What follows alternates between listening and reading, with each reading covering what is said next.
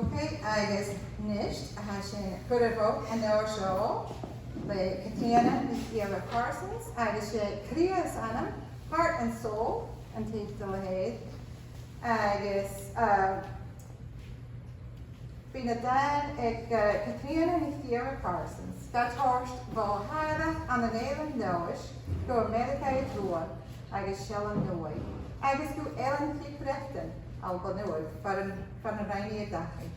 Out of bhàrdachd Aimearagaidh ag eadar-theangachadh na Gàidhlig agus dh'Albainn, Cridhe, Bidh, Nuaidh agus na rinn cúpla.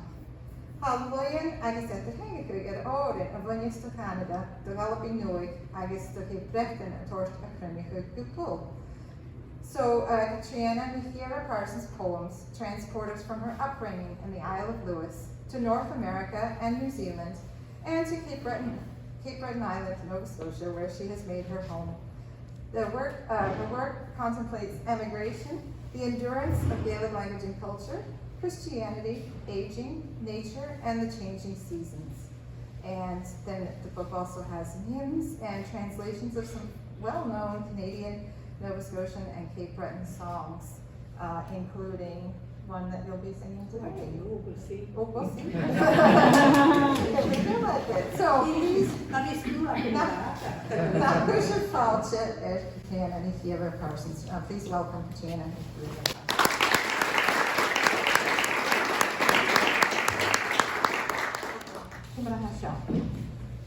Beidir don pointe. Galéan. Níle taimh. A gcuine nó chríomh. A bhí go táidir é seo intil chun le réamh agus seo chiad tú is a Eilean Leódhais agus mar sin hí sin cimar héad chun. As sé bheith an my friends, I'm delighted to be here and to see you. Smiling faces, people who are Gaels from birth and people who are happily learning it. And that always makes me happy. Just a quick word before I start about the poems themselves. It's, I think, about 45 years since I stood on the grounds of the Gaelic College for the first time. Wow. And at that time I met Tina Morrison. And of course I love Tina. And we had great talks in Gaelic, and she was then about 70, 71 or 2, something like that. And anyway, I went back to where I was staying, and I had no idea that Tina then went to talk to Leonard Jones. Leonard was in charge of things at that time at the college, and she said to him, Leonard, I'm getting on. I'm 70 or so, and I'm beginning to feel a little tired and I need help. And he said, no, you don't, you're doing just fine. She told me this afterwards, of course. I didn't realize at the time. Oh, you're doing fine, keep on doing it. No, she said, I need, to keep after me. And that's how I got hired to teach at the Gaelic College. It was Tina who did it. Tina who did it. And I taught here for 30 summers. Of course, it was a summer school at that time, as most of you will know. And I kept on doing it while I taught. I was actually living in the United States. My husband was a Lutheran minister and had parishes as we went along. And I taught all year in the meantime, and then back we came, because he would come on his vacation. And it was 30 years, I believe it was. So I wanted to tell you that. And I remember there was a wonderful portrait of Tina. I think it was up on that wall. I would like to see it there again. Sure. Okay. How is she? I hope you will all take a look at it, because it's a lovely picture. So that's just by way of preamble.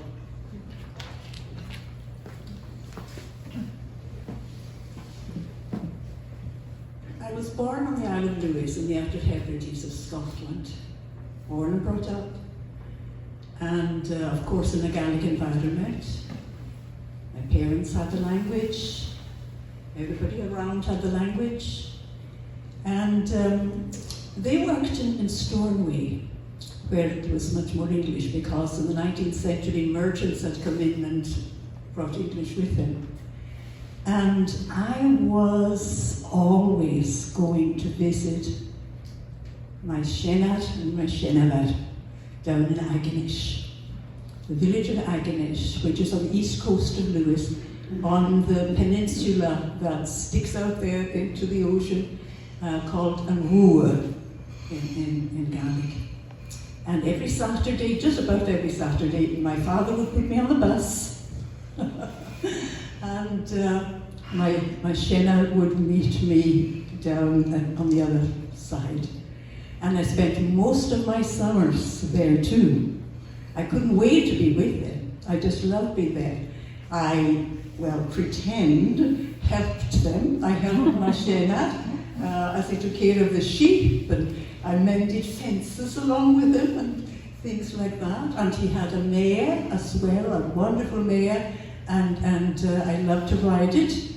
And we would go down to the ocean to gather sand and all that kind of thing. And I helped my Seanad as well, making scones, making bonnach on the griddle, over the fire, and helped her make butter and all of that. And we only spoke Gaelic. My grandmother had perhaps 2 words of English, 2 words. And I even remember what they were. One of those, these were her English ways of saying these 2 words. Stick lip, for lipstick of course.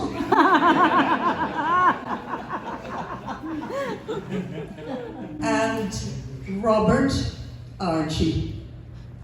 Now Robert of course was Robot Archie. It was a comic strip in the paper for children. So she somehow learned Robert Archie and stick lip, and I don't remember her saying anything else that sounded anything like English. So I grew up in this environment, so it's the Gaelic of my grandparents. Now these are my grandparents on my father's side. On my mother's side they died when I was 8 years old, so I didn't have the same relationship with them. They were from Lochs on the south side of Lewis, and but I was there with my other grandparents so much. And that, of course, was very much the beginning of everything. One doesn't know at that time that it's going to be something very, very important, because one just speaks the language. We don't think about it. So I wanted to give you that little bit of an insight into why my first poem is called Aignish.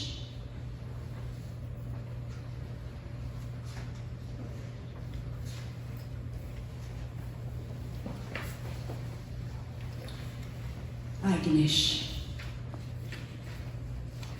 Anam Nuaidh go caine gons the crouch is calagweg the crew the cool of the Seanad.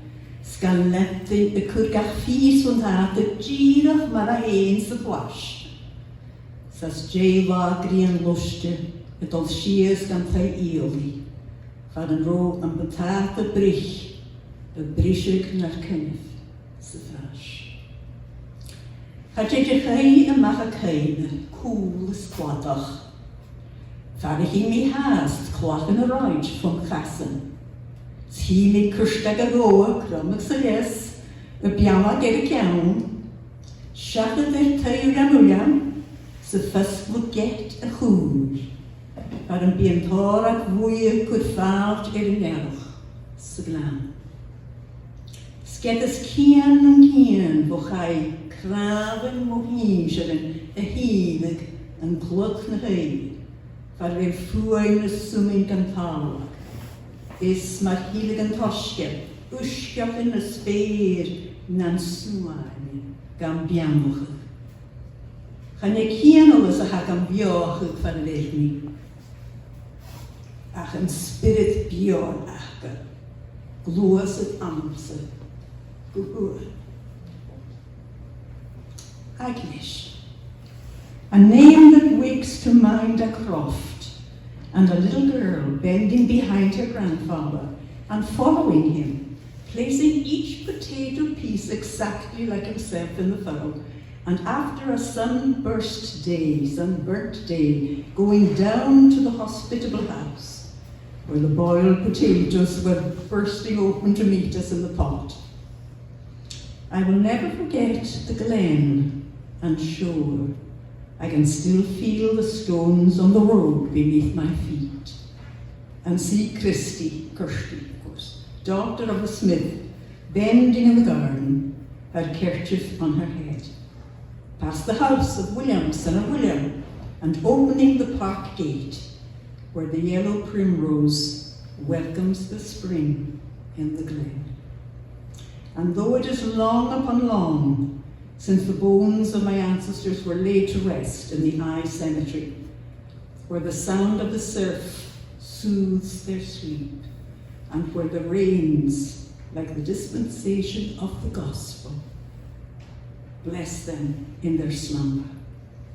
It isn't melancholy or homesickness that is animating me where I am, but their intrepid spirit moving within me forever.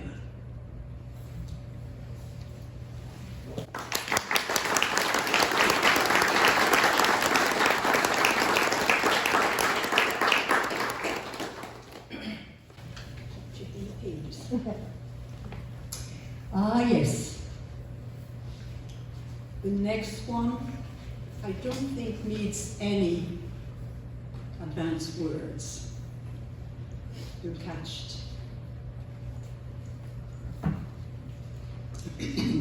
It's called Canan agus Tír. Thuairt an Ghaidhlig. Ha Canan ha Ceart dis an Tír gan Bidh. Dír éiste canas sin che a h-àrach, an feidh dúich I héin a ríist. No bí ceart go brach dis an Tír a gaci after dàchaidh. Straight canas sin dis a bhíoh am a ha. Na suiste neil h-àrach, mar bhaiste súl mar h-àrach. An cam sin go bhfuil fáíoch, a fáinne betheh ó lucht an Canan in éile, mar cháinigh srátal ó na Cridhe. Agus ásan, cha bhór an súl go léir, ha an cramach sias fó chuach na beoga. Bhfuil fis achad tuigh có iad, nó bhfuil ag ulir chawl sa bh siarach. Language and country. The wise man said, language is so tied to the land where she belongs. What then do we say to the one that gets exiled? Does she find a homeland for herself again? Or will she be tied forever to the land she left, between two worlds? And what will we say to the English language then, sitting yonder on some cloud or other, like the master of a world of virtual reality? Will we say that it is parasitical, receiving its life from those of other languages, as moss and lichen do from the trees? And those, almost the entire world, who have bowed down under the power of English, do they still know who they are? Or are they all lost in the virtual reality?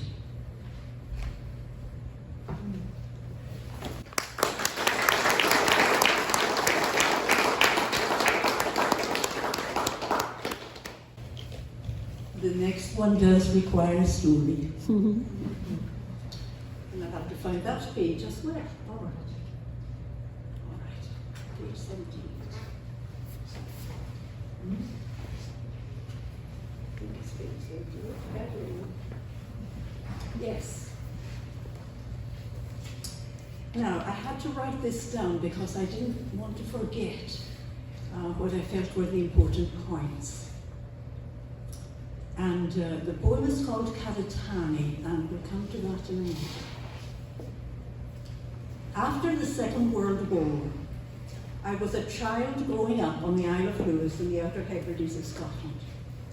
It was a time when not much work was available at home, and men especially had to go seek it elsewhere. Many, including my own father, sought it by going to sea in ocean-going ships that took them to many regions of the world. I remember my father going to places like Panama, Egypt, and the city of Auckland in North Island, New Zealand. More than one Lewisman jumped ship in Auckland and remained in New Zealand. I actually met one much later. When my father spoke of it, it kindled my imagination and desire to go there. At the time, I read a book called Green Dolphin Country. I must have been 6, 7, or 8, something like that, about a family's adventures as they immigrated and settled there. I even remember a heading to one of the chapters, and I quote, "We came out on horizon, our fair, happy woodland. To me, it seemed like a magical place out of this world." Well, that was then. As I grew up in my Gaelic world, New Zealand retreated to the depths of my memory. I might mention very quickly, I haven't got it written, but my dearest friend in all the world, Catriona NicԻomhair, married a Lewis man, and they emigrated to New Zealand, and I said, "Oh, I was there." Then his people died and left him the croft, and they came back, so I didn't make that visit. In any case, in 1962, I married, and I've spent the years since then in North America, teaching both in the US and Nova Scotia. When I retired from St. F.X., I started work for the new Office of Gaelic Affairs in January 2009. A year or so later, I was working at my desk when the phone rang. I picked it up, and without any preliminaries, a man's voice simply said, "How would you like to go to New Zealand?" I'm afraid I didn't pause or hesitate, but said I sure would like to go. I discovered the voice on the telephone belonged to Dr. Ron Stewart of Dalhousie University's medical school. He explained there were 2 choirs of medical students, one of men called the testosterones, and another of women whose name was the vocal cords, with an H, you see, in chorus. And they were preparing to do a tour of New Zealand that spring. It was 2010. And were inviting me to be their Gaelic soloist. Can you imagine? After all those years. So with the kind permission of Lewis over there, Lewis McKinnon, to have the necessary time off work, I finally made it to New Zealand. Now, I could tell you so much, but there isn't the time. Won't go into details, although it more than met my expectations. We sang up and down both North and South Islands, including at the museum in Waipu. That museum that has all the pictures of people who came with Reverend Norman, and it was amazing to be there, to be singing a Gaelic song right there in that museum. On our return home, I knew I wasn't done with New Zealand yet, not by a long shot. There's a little bit more. Fast forward to 2016. I had made up my mind to attend a humanities conference in Honolulu, Hawaii, after which I stopped over in Sydney, Australia, where I gave some Gaelic workshops. One of those had half a dozen men in that class who were Gaelic speakers, so I was able to conduct the workshop entirely in Gaelic. our mutual language. Then on to Dunedin, on South Island of course, Dulagin, Gaelic for Edinburgh, Dunedin, and the University of Otago, which by the way is the first university built in New Zealand, built by Gaels and Lowlanders who came there in Dunedin.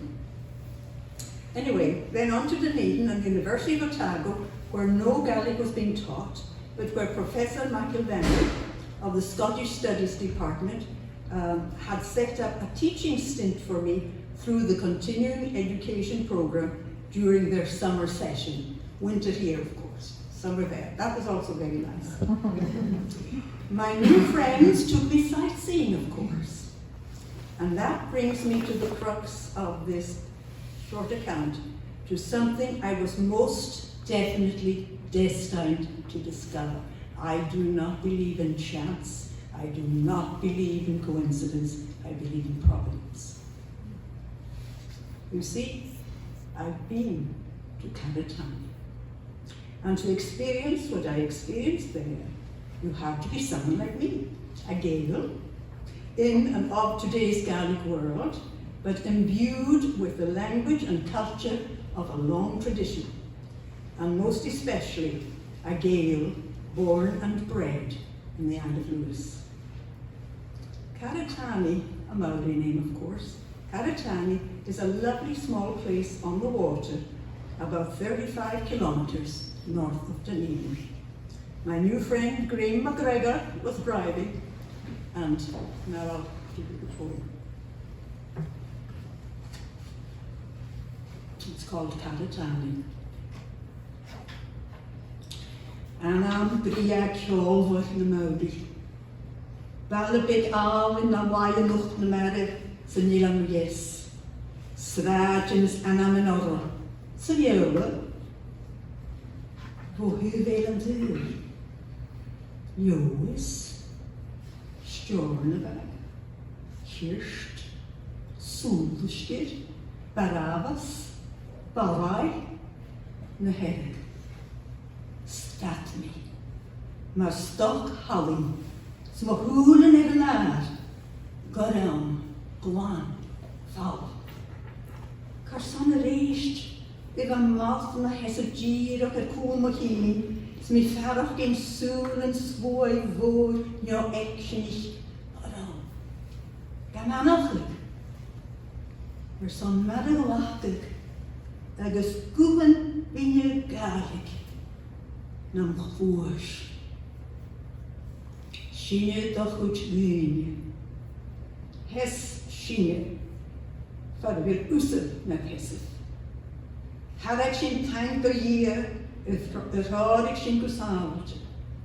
Hoek sin tank naar kamen heen. De Gaelic briever. Nach Isu gaif. Grosin aan. Scoot dead. And that's what I've just done. I'm telling you who they were, and that they were Gaels.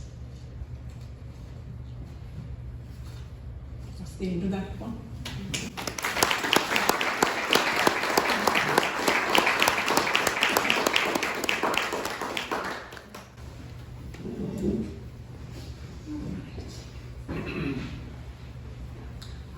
Yes. Page 56, if you want to turn to. Page 56. Now, this one propels me to talk about Gaelic itself. And it was really funny this morning because I was making breakfast and I looked in the box of eggs, and there was this huge one amongst all the other ones. I mean, it was a box of large eggs, but this one was big. So I said to myself, aha, 2 yolks. And I broke it into the pan, and sure enough, 2 yolks. And can you imagine? I just somehow felt cheered. It was so funny. And I thought maybe of the person who put the egg in the box, saying to himself, oh, this would be a nice surprise for somebody home. And then I thought, of course, of the poor hen who had to get through. In any case, yolk, right? The yolk of an egg.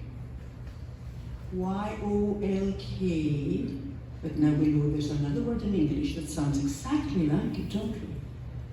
The yolk put on the ox. Spelled differently, of course. 2 words, and the context tells us immediately, if we didn't know already. That's the way English is. These very definitive words that tell you precisely. Now, when you come to Gaelic, the title of this poem that I will read to you in just a minute is Womb. Womb. Now, that word always fascinated me because it has at least 3 meanings. Same word, not different spellings. 3 meanings at least. And one of them is purpose. Purpose. Second one is secret. It's actually the Gaelic word that gave us the English word runic. You know, the runic writing that nobody was able to read. They were like a secret. And then there's the third one. And you will know this one. Maroon Giaftin, songs like that. Moon meaning love. Love. So there you are. Same word. Purpose. Right. Purpose. Secret. And love. Before COVID, I had a clergy class. And it was wonderful to do because we've read, of course, the scriptures in Gaelic.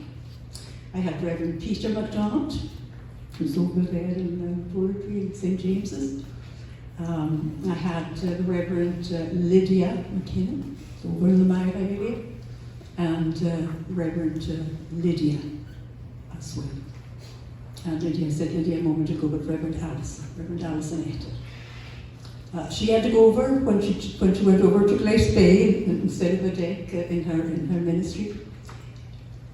But when Reverend Peter preached his first ever sermon in Gaelic, he preached it on womb. God had a secret. He knew what he was going to do, right? And of course, gradually he revealed it little by little to the prophets and so on. He had a secret. He had a purpose to save his people. After all, he created them with love. Why? Because of love. That one word. Don't you think that's just marvelous? I do. Anyway, I'm going to read it to you now. A poem called Room. And you have to hear in it some of those meanings, you see. Ún y fôr, few am fallachara, mar scribig cloch nach bwyn o ledig. Céman socher asm mynd, gwn warach agach, nach bwyn go chwaid. Hoeft me een gul, dus ga je me hart het van af goed doorgelen. Zoet me schawoon me weg. Waarmee me navelklis songs. Skeppen wat tukje en naar me hoed. Ga boeren go een glachter. Ach, een lang, goed me. Goed smaatje sok. Gun tarnanach, gun javanach, gun scap donbaich. Gun da chruid dier, en tawa, ze hullet ni a vich.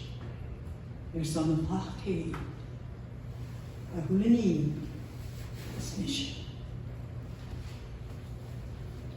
Parsons Leódhais.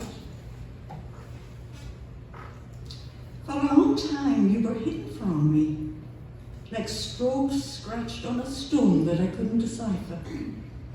Quiet footsteps on a corner of my mind, without leaving a trace that I couldn't hear. I fell in love and was taken away to another country, and I said, this is the purpose of my life. I was blinded by bliss, and although understanding was on the edge of my eye, I couldn't capture it. But one day, I discerned it quietly, peaceably, without thunder, without lightning, without trumpet blast, that God created the earth and everything in it for his own pleasure. Everything. And me. Awesome.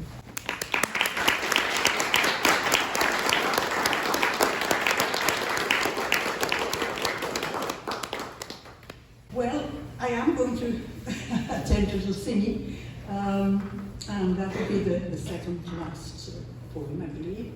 I'm going now to h-àrach, yes, page 82 if you want to have it, if you have that.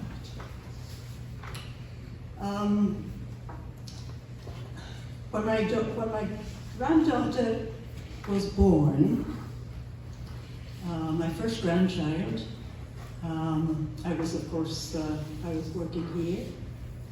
She's going to be 30-something, so that's a wee while back. Some of these poems have been there a long time without my ever thinking that I would be doing what I'm doing right now. They were just these things that came to me, and I wrote them down, and that was that. And anyway, I had learned to sing the English version of h-àrach Cape Breton, the Cape Breton lullaby. And that was written by Kenneth Leslie, and I got permission from his family to put it into Gaelic. And so if I have enough singing voice, and remember it's a lullaby, so relax.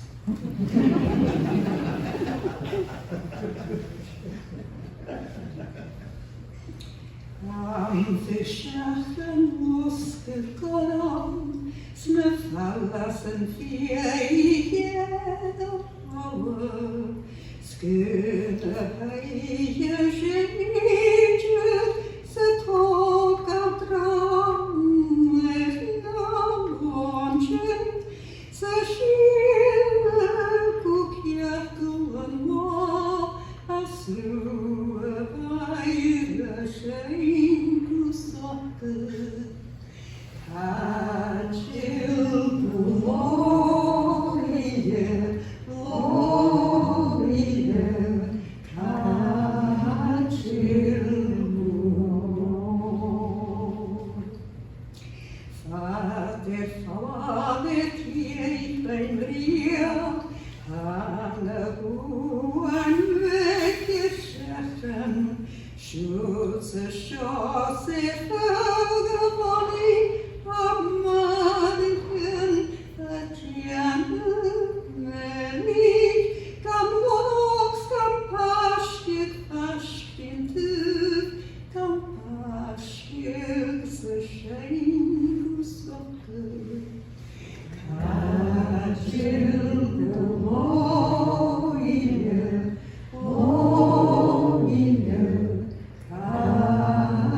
you.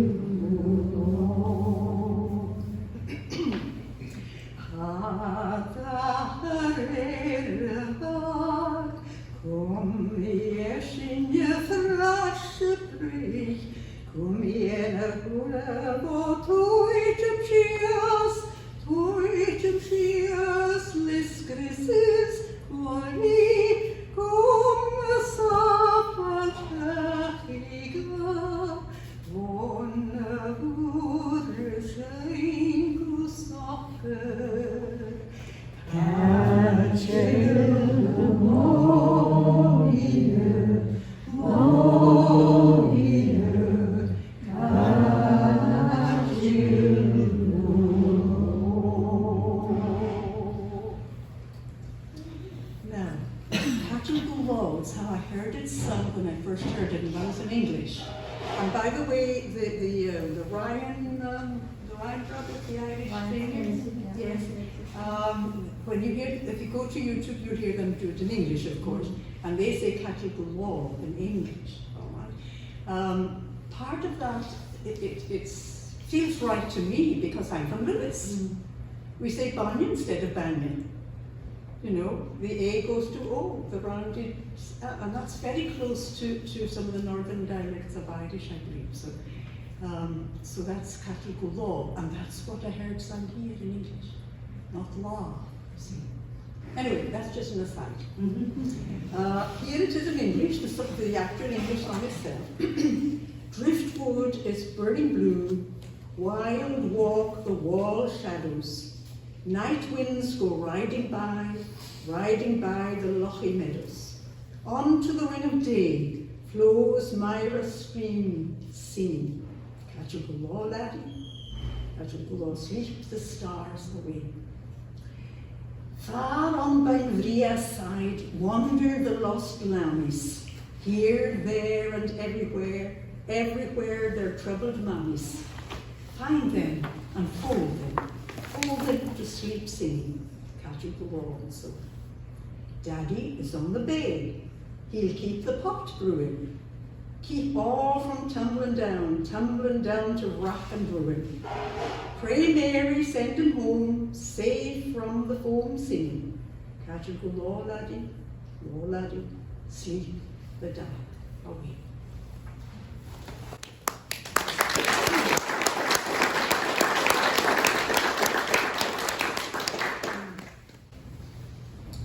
All right, last poem. Wrong book. That's the one I meant to bring for you here. That's what I'm getting. I'll let it fall. Here. I have to remember that too, it's easy. Page, oh yes, it's the very last one. Very last. And Emily was a big help in getting me to find the right Gaelic title for it. And it's called Aimearagaidh. And after I'm done, I want you to think of the future. We lose the past.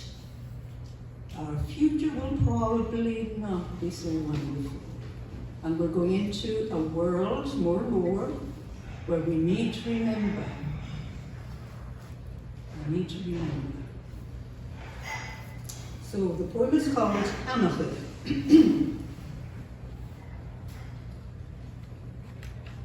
Gaelic raim o húsgach, smin an ludeg vic de fast.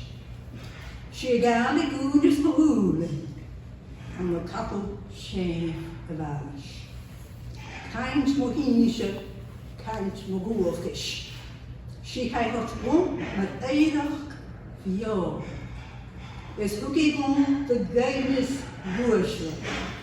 When we time of me, some cord of Eilean the rang studig, for an 14 nog eind heen, a goed beveen, a misk, na meidje. Ach of fiovi, kuuf, is 3. Had a gewoon woord get er heel me, Jannik lief, Jannik heen, uiting, doorgang. Na de fiovi, ja vreemd kukuwach, maar weend akkuur. Chocolate is een nabian kuuf, a koning in a big dome hoon. Ik can go past, kaint mo good. Ga klechter, ska tjekkisk, van roen. Kersonnigheid me geil skape. Van een veel, eich, wool. En doen grotjier, zonneganen, hort maar eeuwig kan charge.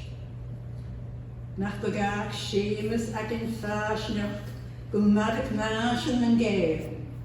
Zo'n der skaashin, rein en satar, dat is farsin, hebben vuur. Aan de zaadje.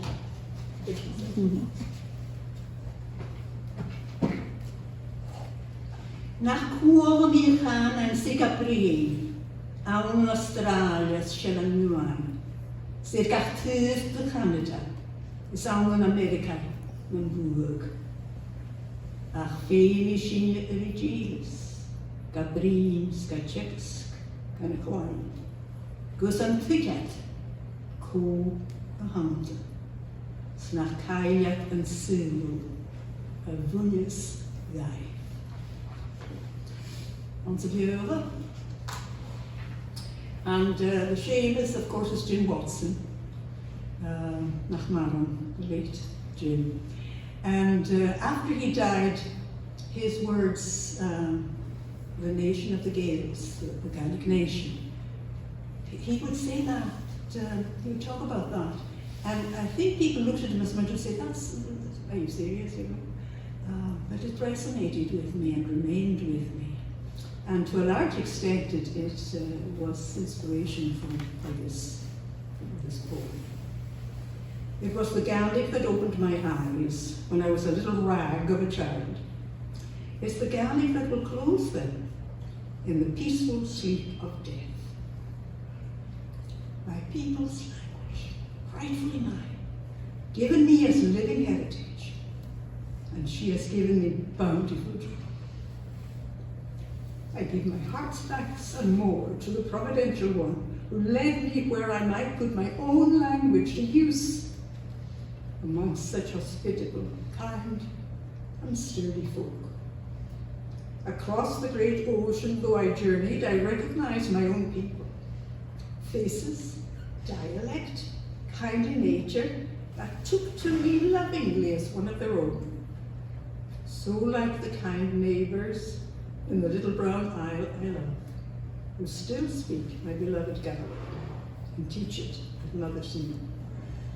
Why were the Gaels scattered throughout the great wide world?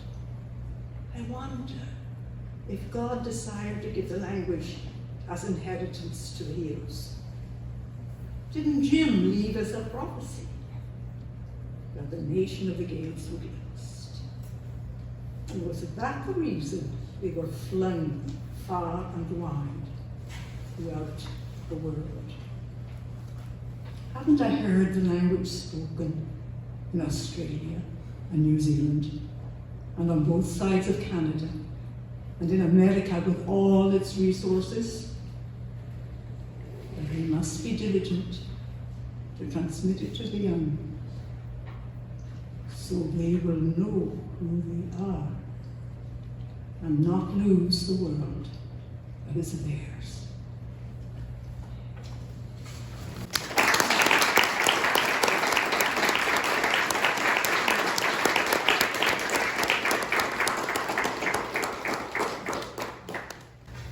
Agus míle tankíise, agus go bhfuil leordaigh an sa Gaelic ac yn ríist, agus go hábhaigh leordaigh an cloine. And if your little ones ask you for that fancy new phone, hand them a book.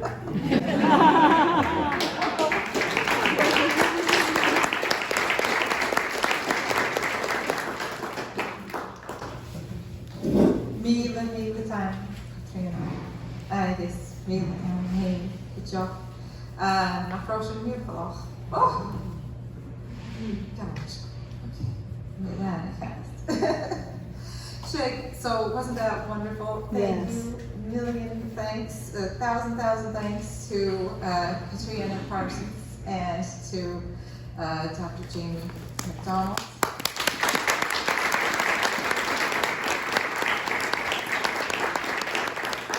These lovely books that they have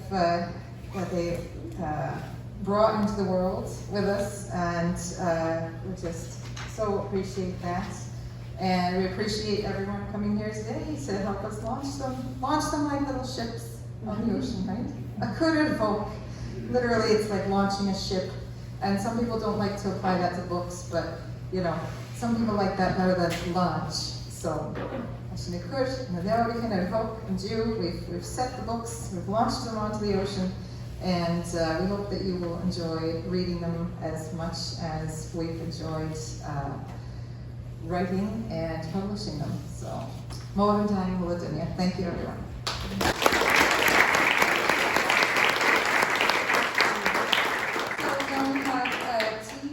Tea, coffee, water, and oat cakes. So we do have some gluten-free cookies as well. And they're around over here on this side.